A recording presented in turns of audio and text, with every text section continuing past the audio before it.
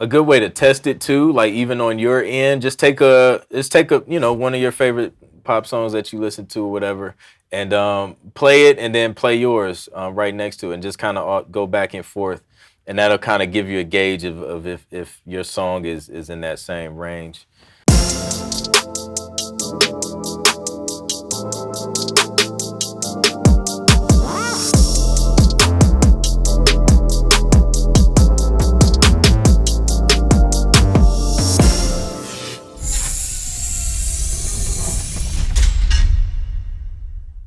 That I do is I try to be intentional and manage my time with that kind of stuff because it's easy to go down a rabbit hole, right? Um, but I firmly believe in networking. So like, yeah, I do like the music supervision awards. I attend those things, or like, there's different events where supervisors are a part of, and I attend those things to really be a part and network. So yeah, pre-COVID, yeah, I was super intentional about that. About okay, how can I connect with this person in an organic way? Oh, there's a supervisor event where they're all having dinner together, and I'm invited. I can come. Yes, why not go?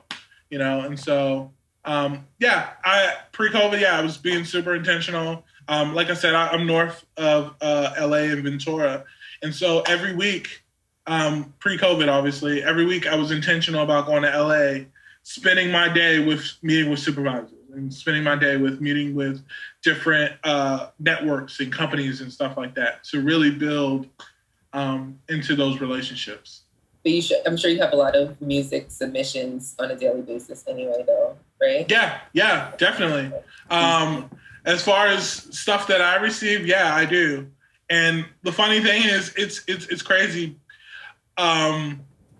People don't realize that industry people actually listen more than they would think to those submissions, and so I can't tell you how many times people don't put the effort in. They don't they don't try to send their best songs, or they don't try to formulate an email in a way that they're like, man, I really put some care into this thing, and so.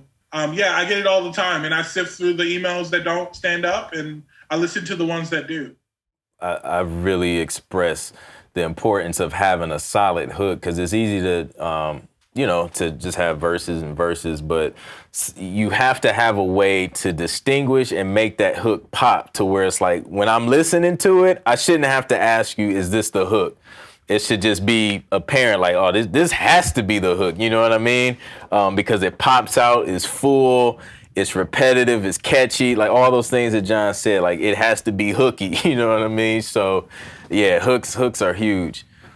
Yeah, because talking to editors, a lot of times when they're auditioning songs from indie artists, a lot of times they're replacing like a big record that they just honestly don't want to pay for budget wise, or go through the clearance process with all the publishers. So you're competing with Billboard chart topping records, and those mixes are tight. You know what I mean? For the most part.